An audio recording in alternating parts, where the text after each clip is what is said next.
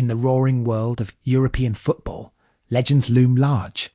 Sir Alex, Wenger, Mourinho, Pep, Klopp each left a unique imprint. But could the next great architect of the beautiful game be among us already? Enter Oliver Glasner, the Austrian visionary now steering Crystal Palace. Hired to escape relegation, he's quickly become the hottest name in coaching. Critics are whispering that Glasner understands football on a level few do. Join us as we unveil how Glasner, through pragmatism and passion, weaves together the philosophies of Europe's greatest managers into his own winning blueprint. Glasner's rise was anything but scripted. A modest player cut short by tragedy, a brain hemorrhage that ended his career. He turned that setback into strength. Those harsh lessons forged in Glasner an iron discipline and a laser focus on the present. He refuses to look too far back or too far forward, preferring instead to focus on the controllables in the present. This intrinsic motivation, a hunger instilled by surviving his own ordeal, would become his guiding North Star. In Austria's lower leagues, Glasner coached SV Ried and Lask Linz. Even then, observers saw something special. His long-time Ried director marvelled. He understands football. In his brain, he knows I must play so and so in a tactical sense. Every move was calculated, every player's role mapped. By age 47, he found himself at VfL Wolfsburg in the Bundesliga. The modest club became fertile ground.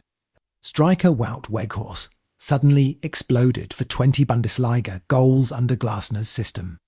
Glasner had a knack for unlocking talent instead of fitting his tactics to stars. He built the system around the players. That balance, egos harnessed to a collective code, echoes the Sir Alex ideal of team-first mentality. Yet it was his next move that put him on the map. Early on in 2021, his team sputtered, but then came a revelation in Europe. Glasner shifted gears, trading stagnant possession for swift transition. I said, okay, let's give them the ball. All the others who tried to win by possession failed, so let's do the opposite. We let them play. In the 2022 Europa League final, his Frankfurt side stunned everyone by outplaying richer teams, winning the trophy at last. This was Glasner's signature, intense, counter-attacking 3-4-1. With marauding wing-backs and a number .9 stretching defences. Philip Kostic on the left wing-back and Daichi Kamada drifting inside. This left corridor became a scoring funnel. The plan worked wonders. Kostic netted 7 and set up 14 in that run. Kamada dominated space, a coach's dream. Frankfurt's success with Glasner would become legend, a team averaging lightning-fast build-ups. 7.3 seconds per possession and finishing moves to shock each game. The credit wasn't on flair alone, it was the system. He squeezed the most from a number 9, as one analysis put it, nurturing strikers like Mateta at Palace, and previously Kolo Muani, turning average squads into deadly machines. Glasner's time at Frankfurt showed his ability to marry Mourinho-like pragmatism with daring. After that initial slump, he overhauled Frankfurt's approach to a compact 3-4-1. Defensive solidity came first, they conceded only. For goals from open play that season. Their low block often resembled a resolute 5-for-1 when out of possession, forcing opponents wide with Conrad trap sweeping behind. In transition, though, they were lethal. Set pieces became a treasure, trove scoring as much as in open play, and every break had a purpose. Glasner's Frankfurt pressed like a pit bull. In 2021-22, they led the league in tackles per game, 17.7 on average, and boasted one of the most successful presses in the league. In many ways, this was Jürgen Klopp's influence shining through, that sudden swarm upon loss. Glasner admitted Klopp inspired him. His style was new, very aggressive, very intense. The counterpress. How they play with this intensity. Many times. It's like someone whistles and 10 players are hunting the ball. Glasner took that Klopp zeal and added his own twist. The Frankfurt press was not just emotional. It was calculated. A club in 10th place could steal points from giants. They beat Bayern in Munich, came within a whisker of a Champions League berth. As one analysis concluded, Glasner has deployed interesting tweaks, developing one of the most successful pressing systems in the league. When Crystal Palace came calling, Glasner arrived at Selhurst Park as a proven builder. The Eagles' previous era under Roy Hodgson was safe but sterile. Big, individual talents like Zaha and Townsend who dribbled past defenders one-on-one. Glasner flipped the script, team over individual. Immediately, he preached attacking football. My philosophy is very easy. It's scoring goals. We all started playing football, he said at his unveiling. The message: fans crave goals and unity, not passive defence. Tactically, Glasner installed ideas honed abroad. In possession, Palace switched to a build-up with 4 midfielders. A1 3-5 shape that overwhelms the centre and shortens passes. They often drop a goalkeeper into the back line and circulate, creating numerical superiority to beat the press. It's very Pep-like to pack the spine of the team. The effect was dramatic. Palace attempted the fewest dribbles of any Premier League side, instead stringing together crisp passes, combinative, incisive patterns. Shades of German football, analysts noted. One attacking midfielder stays high and wide to stretch defences, while the rest swarm the middle. As Glasgow's Jack Gun, Mateta later commented, it's about having numbers in the box and the ball into the box. Try to go for a goal, not stay in possession. Palace's defensive structure reflected the pragmatism of Mourinho. Out of possession, they often formed a mid-block, a 1-5-3 formation focusing on closing the centre. The idea: invite crosses or long balls, flood the box, and hit on the counter, a Mourinho hallmark. Glasner taught his players discipline to execute this hybrid style. He demands that his players are equally as good without the ball as they are with it, one report explained. In practice, Palace conceded set pieces but became rock solid in open play. Glasner even adapted a wily tactic of switching late to a 5-3 when needed, ensuring his high line never got caught. The newcomers thrived. Philip Mateta has become the latest striker to flourish in Glasner's system, 27 goals since joining, making him one of the league's top scorers. The supply from midfield and wing-backs is constant. Daniel Munoz, now an ever-present wing-back for Palace, mirrors Philip Kostic of Frankfurt, a tireless runner into the box. Indeed, Mateta's teammate Eberechi Ez, despite flair, learned to fit into the collective. His system allows the wide centre-backs to step out and be ambitious, a coach noted, pulling to defensive midfielders ahead to create space. Glasner's Palace quickly climbed to a top-half finish once the squad absorbed his ethos. Glasner's brilliance lies in synthesis. He borrows from legends and fuses their best traits. Let's examine the 5 pillars of Glasner's philosophy. Sir Alex Ferguson ruled with iron will. He demanded discipline, focus, and an unwavering belief. Glasner echoes that. He instills a regimented culture at Palace.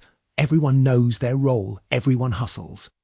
As one Palace insider put it, Palace under Glasner fear no one. They believe this team can win any game. That mental strength, audacious confidence, comes straight from the Ferguson school of thought. Like Fergie, Glasner is fiercely ambitious and calm under pressure. When Palace surrendered a lead to Manchester City, Glasner's reaction was defiant, telling Pep Guardiola, "You can't play this system again because we will beat it."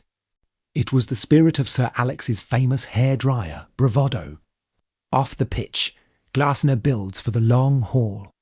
His contract talk, youth development, patient tactics all reflect a Fergusonian vision. Arsène Wenger believed in fluid, attractive football and developing talent. so does Glasner in his own way.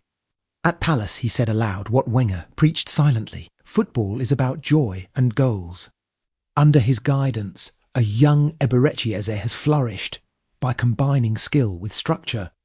Glasner's 4-5 in build-up ensures his midfielders have the freedom to create, much like Wenger's midfield maestros of old. Indeed, analysts note that unlike Palace's past dependency on solo dribbles, Glasner has players attacking the half spaces with quick underlaps and overlaps. Picture the fluid triangles and overloads in the final third. This has a Wenger's elegance. Yet Glasner fuses that elegance with German efficiency. When Palace attacks, they move faster than almost any team in Europe in one stat. Their goal shot sequences average only 7.3 seconds and to point to passes. It's as if Wenger's artistry got a shot of adrenaline. José Mourinho built his legacy on defensive mastery and tactical pragmatism. He'd approve of Glasner's shifts. Both managers preach, shut up shop when needed, but strike decisively.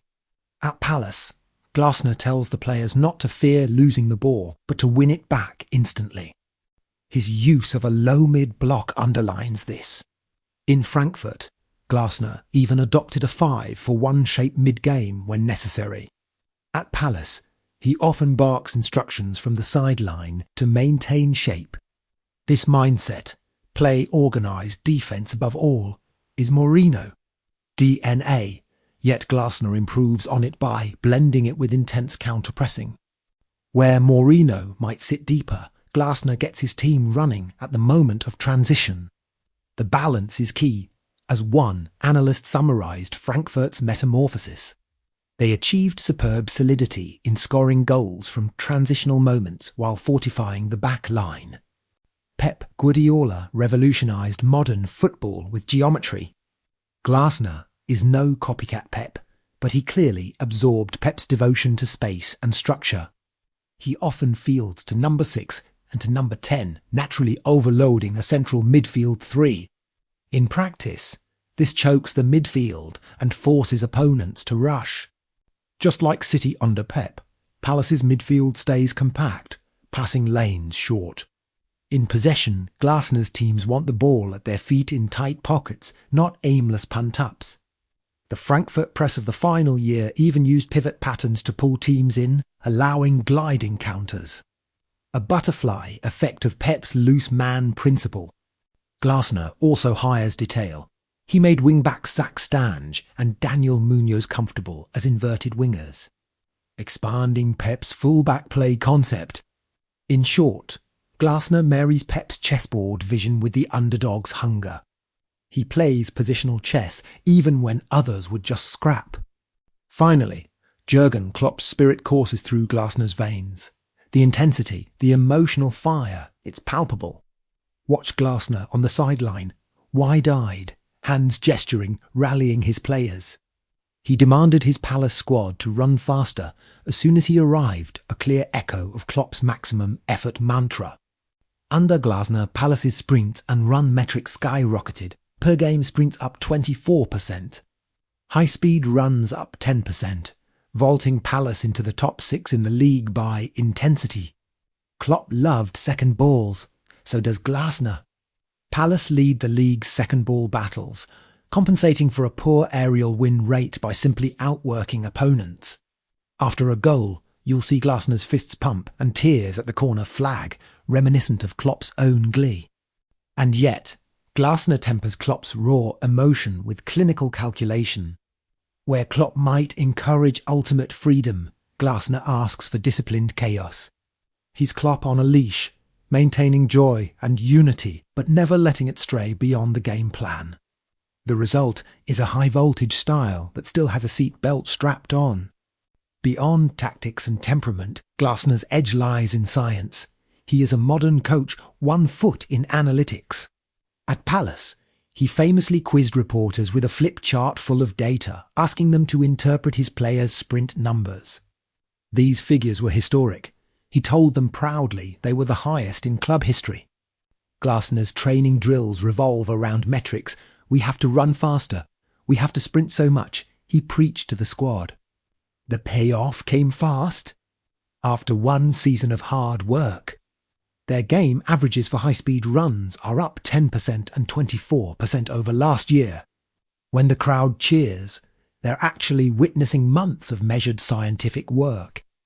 Glasner's obsession with data is decades old. Even at SV Reed in the 2010s, he was mapping each player's heat and top speed. One club director recalled Glasner's early presentation. It was about how fast a player can run in his system. He had a big map. He runs this fast and so many kilometres. This meticulousness pervades everything.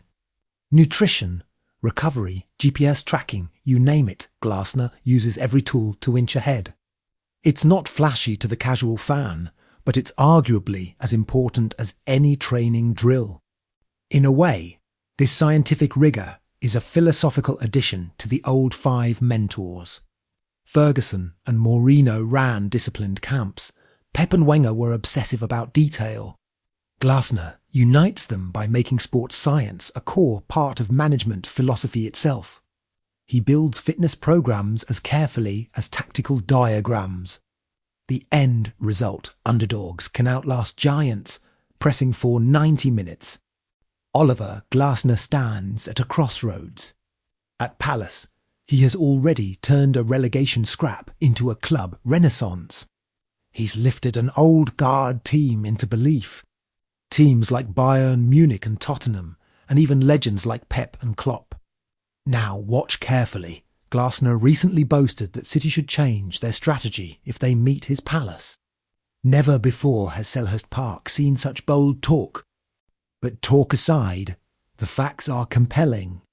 He has trapped magic in a bottle, elite defensive organisation, ferocious pressing, and an all-out, scoring brand of attack, all tempered by iron discipline and modern data.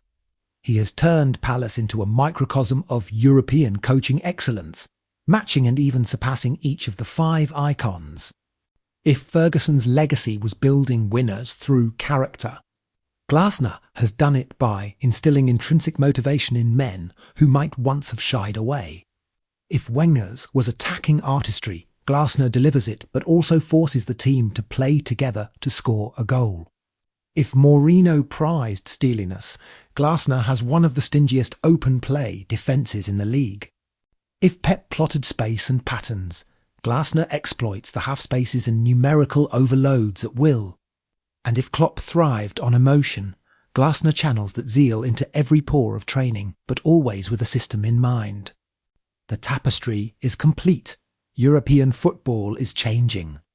Style and science dance side by side. In this new era, Oliver Glasner may not just be an imitator of the greats, he might become the next name whose methods shape the future. Because in the quiet of Selhurst Park, under the floodlights, Glasner has shown he can make every philosophy his own, ferocious yet disciplined, explosive yet structured. And that, perhaps, is the hallmark of the next great European manager.